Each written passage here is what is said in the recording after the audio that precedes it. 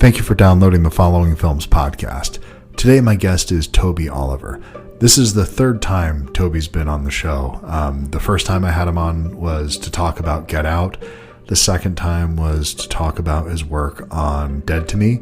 And now I had him on this time to talk about his work in the new Kristen Wiig film, Barb and Star, Go to Vista Del Mar. This is simply one of the silliest, most fun films I've seen in years. It's an absolute delight to watch this film. They planned on releasing this theatrically last summer, but it got moved back due to everything that was going on. And in fact, they had planned on moving it out again to this summer, but I guess with that still being a question mark, they went ahead and put it out now. And thank God they did, because this is the movie that I personally needed to see. I haven't laughed out loud this much in a film in what feels like years. So this was a much needed relief right now. Kind of in the same way that Bill and Ted's last film that came out during the pandemic. It was just such a nice film, such a sweet film, that it was such a wonderful thing to have at that time. And this has a similar feel to it, but is without a doubt one of the silliest films I've seen in years. In fact, I mentioned to Toby that feels like something more akin to a Muppet movie than an actual any movie that features humans that I've seen, and I meant that as an absolute compliment. So the film will be out on February 12th. It'll be on VOD. I think it's getting a limited theatrical release now also, but however you can see this, if you can brave a movie theater, go see it that way. And if not, make sure you rent this. This is a great film, definitely worth your time, and enjoy this. Also want to thank Bookman's for sponsoring the show today, and Fort Worth for letting me use the song at the end. Hope you enjoy the show. Thanks.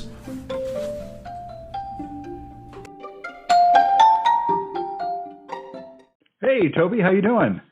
Hey, how you doing? Can you hear me? I can hear you just fine. Thank you. Oh, great. Thank you so much for doing this, man. I really appreciate it. Yeah, no worries at all. Pleasure. How are you holding up? How are things going? And are you? Yeah, not too bad. Okay. I'm in Australia right now, so coming back to the US pretty soon for some more work. But been here for a few months, and it's it's been nice because over here we're a bit better off with the whole COVID stuff going down. Most places are. Yeah, well, they've done a pretty good job in Australia, maybe because we're pretty isolated down under. So it's helped out a lot. So it's pretty COVID-free almost over here. So what's that like to kind of come back to the belly of the beast, as it were? Considering well, I'll tell you in a week or so when I get back to LA. But I've read all the memos and all the PPE we've got to wear, and when we're on set and all of that stuff. So we'll get used to it. I mean, I'll get used to it. Have you shot anything with the new regulations under the kind of regular guidelines? Not a lot. I shot a little bit of. Last year was almost a write-off in terms of work-wise. I spent most of the year I was still in LA, and just it's not much going on, as you know. There's much of a lockdown, and did a little bit of shooting, and that was with all the proper COVID precautions and stuff. But this job I'm going back to, which will be in Atlanta, will have it's a Netflix movie, so it's got all the precautions, and they have a huge long document detailing all their procedures and all that stuff. So we'll be well looked after, I think, as best it can be. And some people say that basically you are safer on one of these big movie sets with all the COVID precautions than you are, walking down the street. So, so in a sense, I'm not too worried about that.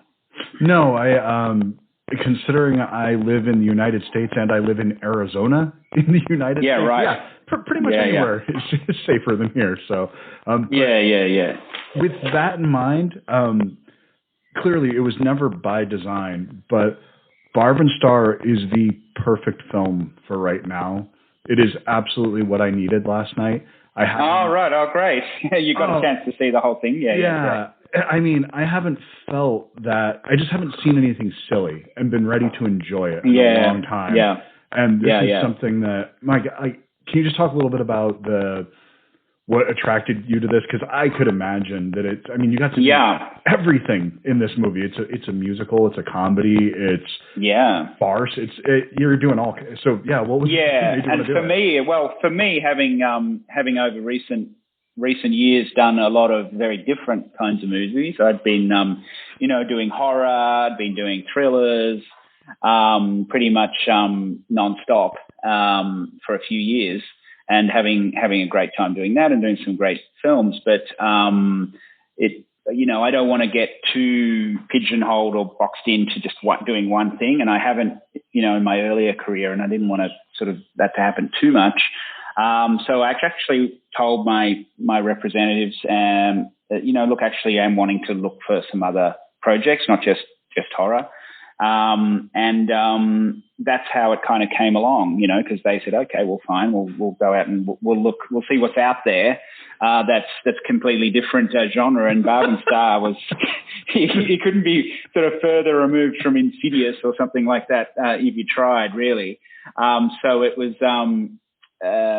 was when I read the script, because it did come through my agents and stuff. I didn't know the filmmakers beforehand. I thought, oh, this is great. This is so wacky and crazy and fun. And it's quite big, it's adventure and there's action and there's quite a bit to come to grips with as a cinematographer that's fun in the movie. But it's very much set in a very silly space. And I could see I could have a lot of fun with that and it would be a fun shoot. And, that's what it turned out to be. I had a good meeting with Josh Greenbaum, who's the director and the producers, and couple of meetings actually. It was sort of a two-stage process before I actually got this job, and that all went pretty well. And I think for me it was a great opportunity to branch out and try something a bit different from what I'd been doing. This is a vibrant film. I mean, you're hit by the color in this thing right out of the get-go, and one of the things I love about it is I think that shirt that Yo-Yo's wearing on the bicycle and just how bright that is, and the song is being lip synced to. Yeah, from the very beginning. Within 30 seconds if this is your film or not. I think it's this is one of those ones that you're either going to really love, you're going to be all on board, or you're just it's going to repel you. It's not for, and I love that about it.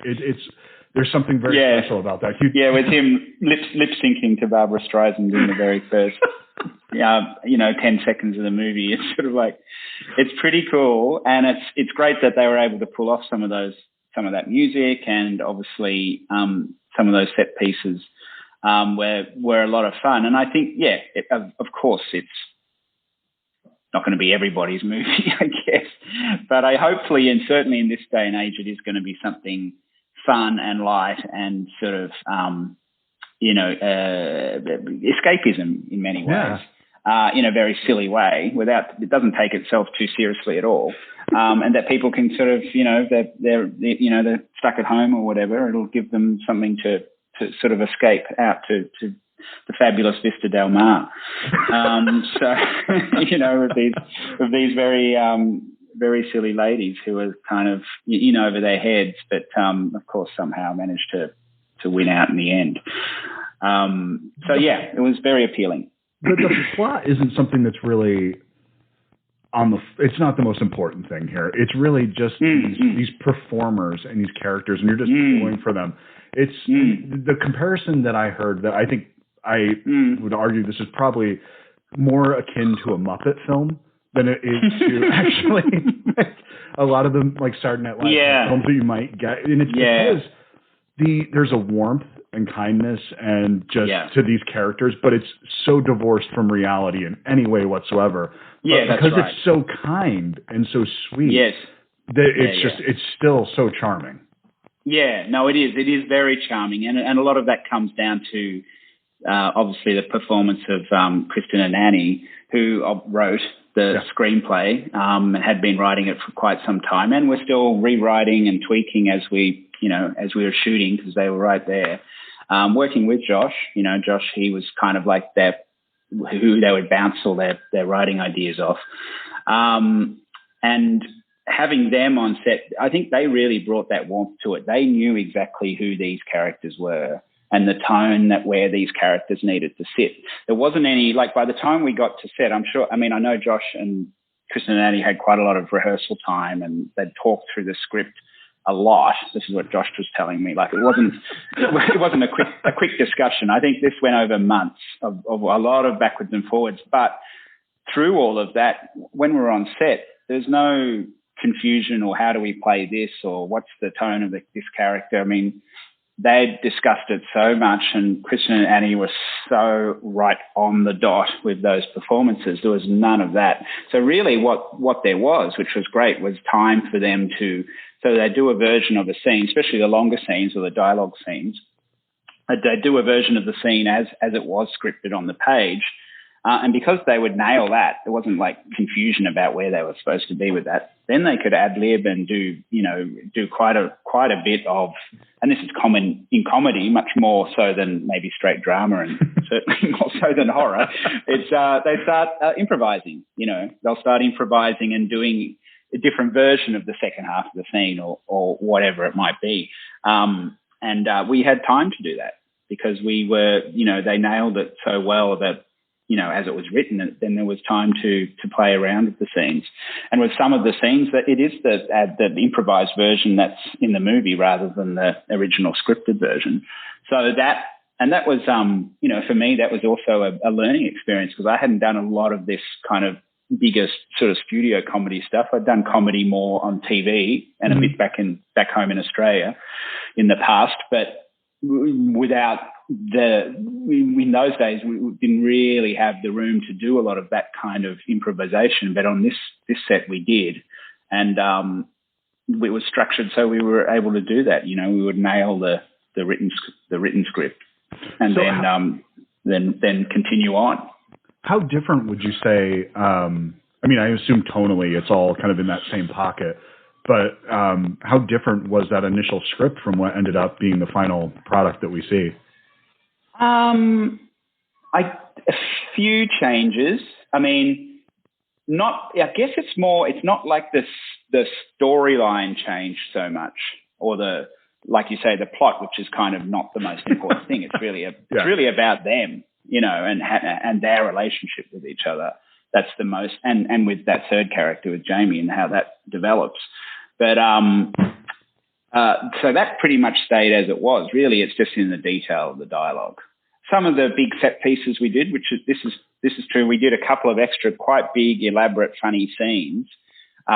Interestingly, one of them was a very elaborate shoot that we talked about over and over. It took us a whole big long day to shoot. We were in Mexico City. It was in a location. It was in a restaurant.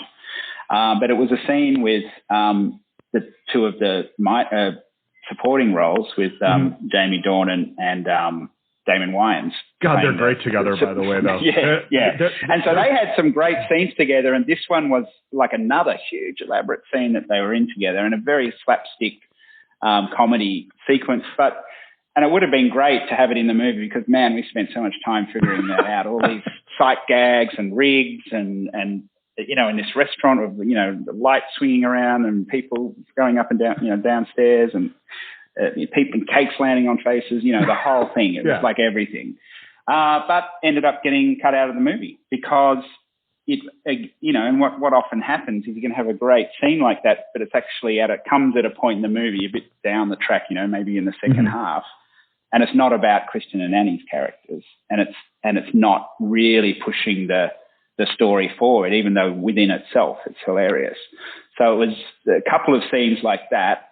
You end up, oh wow, well that was a whole lot of time. It's not going to. It'll be in the special features probably on the eventual DVD, but it wasn't. It's not in the final movie. And that always happens. I think in every movie there'll be something that you've spent a ton of time on. You're very proud of how it turned out, or whatever sequence it is, and it just doesn't make it. And it's just to do with structure and pace and storytelling, really. Well, of course. And so. And also because it wasn't with our two heroes, either. So it was sort of like, it's a bit of a diversion away from their story, which is, of course, what's driving it. You know? Well, there's the thing that, and it probably could have gone on for another 5 minutes and I would have been entertained by it, but I think I'm absolutely in the minority, was just the two of them rolling on the beach because it went on for so long. It's like with Jamie and Diane. Yeah. It's the most unimpressive fight sequence that's probably ever been filmed. That was the point. Wonderful. It's great. Yeah, I know. You it was so silly, and it was just they were just literally rolling around in the sand. But of course, no one lands a punch, or there's nothing really happens at all. And then at the end, they go, oh. It's sort of like, well, that was that. Now we're friends. It's sort of like, it was very, very silly. And when it came, and then him. Then there's that other sequence where he's playing the saxophone in the middle of the night. Oh, my God, yeah. Yeah. And then, of course, the sequence which a lot of people love is his song, Jamie Dornan's song when he's expressing his longing and love that he can't have. It's just, it's very silly. And I think it's great to see an actor like Jamie showing his very, very silly side when he's, of course, had these very serious roles and romantic roles and stuff in the past, and he's now he can show that he can be very silly indeed. No, he's got the full. He was a joy to work with as well. Yeah. Well, the whole cast, top to bottom, there's a bunch of. I don't want to ruin any of the cameos here, but there's some wonderful cameos in it. Today's episode of the Following Films podcast is brought to you by Bookmans. Normally, when I do these spots talking about Bookmans, I'll mention something that I'm going down there to purchase, be it a movie or a book or even a puzzle or houseware of some kind, something like that I'm looking for. But today, went down to Bookmans to trade in a speaker bar. I was sent one to review, and after I spent a couple days using it, I already have 2 sound bars in the house, 2 speaker bars, and so this is something that I just don't need an extra one, so I'm going to go ahead and return this. Brought it down earlier, was able to get some trade, and now I'll be able to turn this, what would have just been more clutter in my garage, I'm able to turn this into a couple of movies, books, and a puzzle for my wife, something that will actually be used as opposed to just taking up extra space. And that's something that most of us have, some clutter in our home, something that isn't going to get used again, something that's just taking up space. And why not take in those things that you're not using, trade them in, and get something you'll appreciate, because there's somebody else that thing that's junk in your garage, that's something that could be exactly what they're looking for. So yeah, recycle something and get yourself something new at the same time. And as always, Bookmans has your cool covered. Enjoy the rest of the show. But there's also this kind of cutaway that felt like it could have been there's only one thing in here that feels like it could have been a skit or a sketch comedy thing, and it was probably it was Talk Club, I think is that what it was called? Talking Club. Talking Club. There you go. Vanessa Bayer's character in it. That thing, her taking things away from people, my God, I know. I could watch that all day long. I know that was a lot of that was actually that was the scripted scene. It was a totally all planned in the movie, although there were some ad-lib lines and some extra dialogue and stuff would have snuck in there from all the girls. But really that really was it's quite a bizarre scene, that the whole idea of this club where they get together and end up sort of insulting each other is kind of really, and it's really quite odd. And that's what it's that tonal thing that's really kooky and so funny that really appealed to me in the script in the first place, because there it is. And you go, wow, that's nutty. I love that. And talk a little bit about, because it's working with Josh and his vision for this, because it seems like I'm not familiar with a lot of his work, but I saw the Dana Carvey documentary that he did about the Dana Carvey show. So he's somebody who clearly understands things that are silly. He has an appreciation of that to do that. And it feels like he's taking this material very seriously, because it doesn't feel like it's found. Everything feels very intentional. So so it's not something that was just, you kind of showed up, let the cameras roll and figured out. Oh, no, absolutely not. No. It's very, very well planned in that sense. All the beats in the script and on all those moments. Given there was still a bit of improvisation, but that was always built on to an existing scene or sequence that was really thoroughly worked out. And Josh has got a lovely ear and an eye for the comedy, I think, and finding the right tone for it. And he's a very calm and kind of relaxed director on set. So, and just sort of usually with a bit of a smile and a smirk on his face because, you know, he's working in comedy. And he was great in that sense. He had I think it was his first full-length dramatic feature, you know, dramatic in the sense of a scripted feature as opposed to a documentary.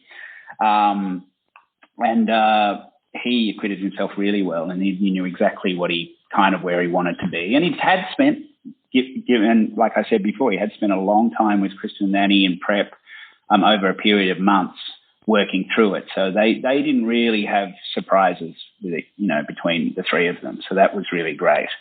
And he was just a very steady hand guiding that ship through there. And I had a real ball working with him. You know, he's also very visually astute. So, you know, in terms of working out lensing and cameras and stuff, he wanted to shoot anamorphic on the movie. So I think probably because he'd been mostly working in TV and doco, he thought, oh, that's real movie lenses. And I said, yeah, absolutely, let's do it. Why not? You know, it's we were happy to have the wide screen because we're at Vista Del Mar, we shot the movie mostly in Mexico, in Cancun, which is this amazing tropical resort in Mexico, and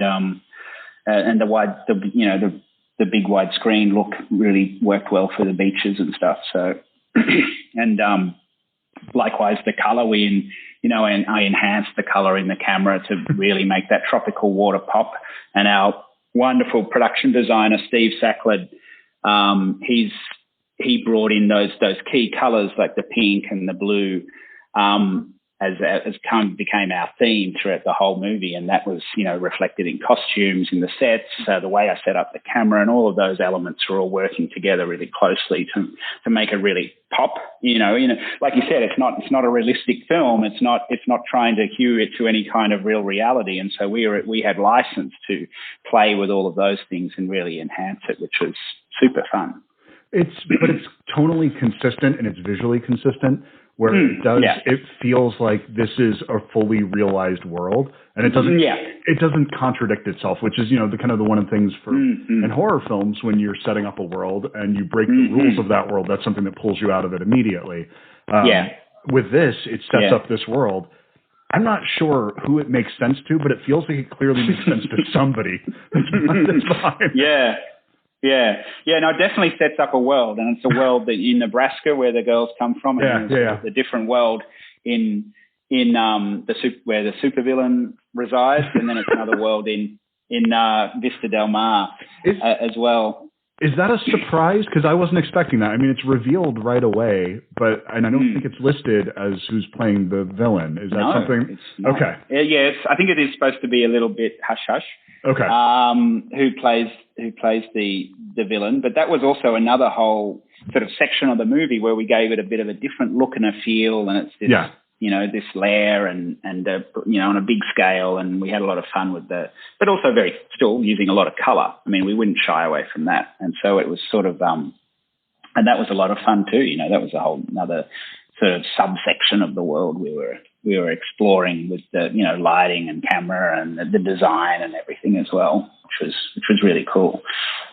So now that you've had an experience like this, doing something that's as visually and tonally broad as this, and it's not as serious, is this something that you would want to go back to and continue to do more comedies?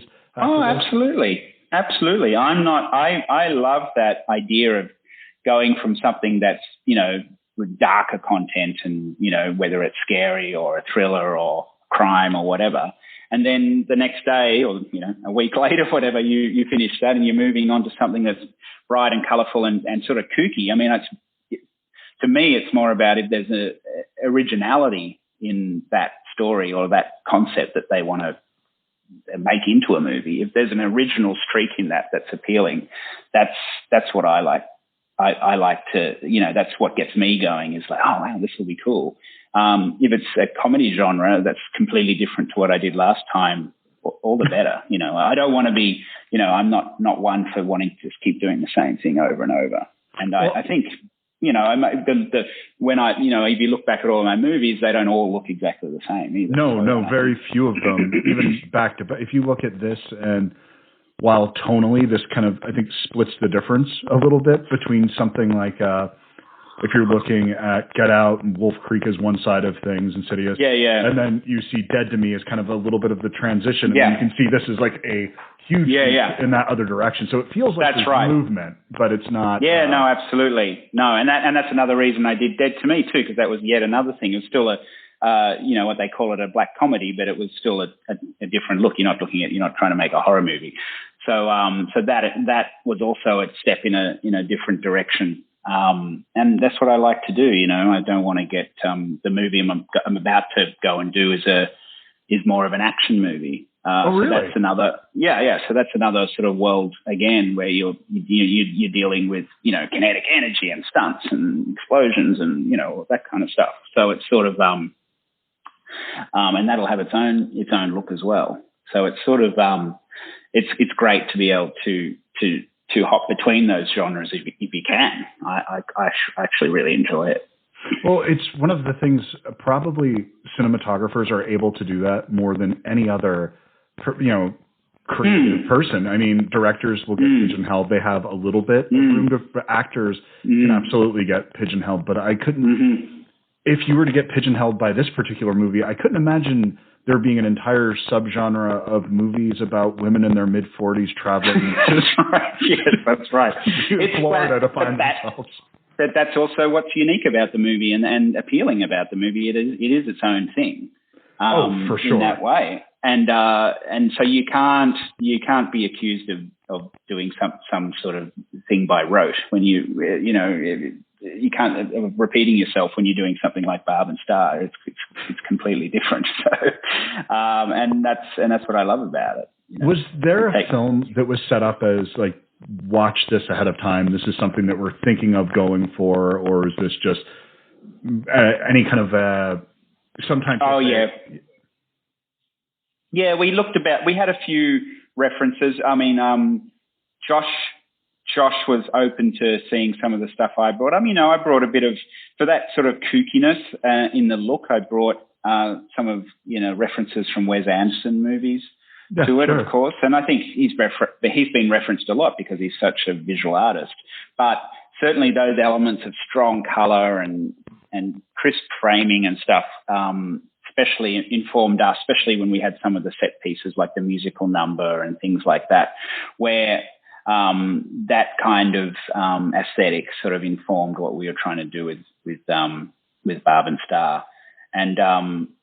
And so there was references to that, a little bit of references to some of Tim Burton's sort of lighter movies as well, where again, it's quite stylized. And these are directorial movies, quite stylized, quite carefully, put together. Nothing too, realistic or kind of normal looking was in our references. So yeah. Well, if you think about there's a montage that seems, when you watch it, it'd be very easy to dismiss all these random images and where it has, Kermit riding on the bike. But I think there's something to all of those images that are kind of informing what the movie actually is. So I don't think it's trying to. Well, there you go. There's that Muppet link that you mentioned before.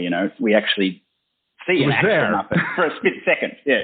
And that's what set that off. That idea of this connection where it's like, they're tipping the hat. It is one of those things, and because the closest thing I could think of to this, and I mean this is the highest praise. I'm not sure how well regarded this film is, but it's one that I love, is Soap Dish.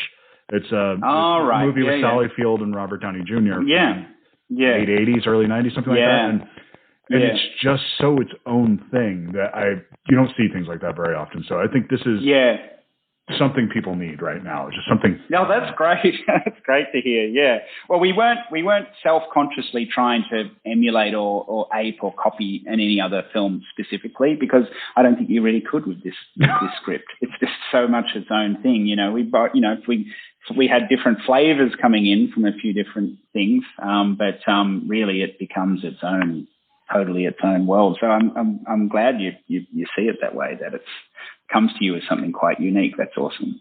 Well, I see a lot. I see enough that the way that my wife describes it, and I apologize for this being obscene, but but I have a feeling I won't offend you. I've seen your films. Yeah. My wife says that my taste in movies, I'm like somebody who's addicted to pornography, where it just takes some really goofy shit to get me off now. Where I see too many films and I see too many things. And when you'd see a billion. Yeah. So, and you see something that finally feels unique and is unto itself. Yeah. It's just, you're like, oh, thank God, this is what I've been waiting for, not a riff on this or a riff on that. It's you can take these three elements and put it together. No, haven't seen this before. And so, exactly. Yeah. And that's the uniqueness that comes out of the writing. Like, that's conceptually, okay, we're going to make a movie about these two middle-aged women who leave their boring hometown existence and go on this holiday, and you go, okay, so, and then it becomes this crazy thing, you know, but it starts off with a pretty like left of field idea to start with, you know, and I just think that in itself is just so appealing, you know, especially these days. It's hard to find things that are original with the remake of the remake of the remake, and the movie that's number 7 in the series, and all that kind of stuff. Franchises coming at us. So it's really just the same thing again, just mixed up in the pot a little bit. So something like this, which is fresh and unexpected, and something that used to be fairly common, the big studio comedy, which is you don't see them that often anymore. These sort of mid-budget, good size, like great cast. Yeah. They put the actual investment behind it, but really it's a decent-sized budget comedy. They're pretty rare at this point. I mean, this year we're getting this and Coming to America, and that's about it, I think. Yeah, right. Yeah. And I guess, it was Lionsgate originally, of course, it was going to be a theatrical release, wide release in lots of theaters last year in July 2020. And then it was pushed back to this year, July 2021, and then they obviously decided, well, we don't even know if that's going to be good enough, and so let's get it out there to people while they're at home and get it in front of the eyeballs. And you can see the reasoning behind that too. I think for us as the filmmakers, I know I was talking to the production designer the other day. Oh, it would have been great if it did end up in theaters, because that was always our intention from the beginning, and everything was sort of aimed towards that big screen release. But you know what? It's a different world today. So, as long as the movie gets out there and people like yourself are appreciating it, I think that's really counts. I think we'll have the chance to see this in theaters. It just might be a little bit different.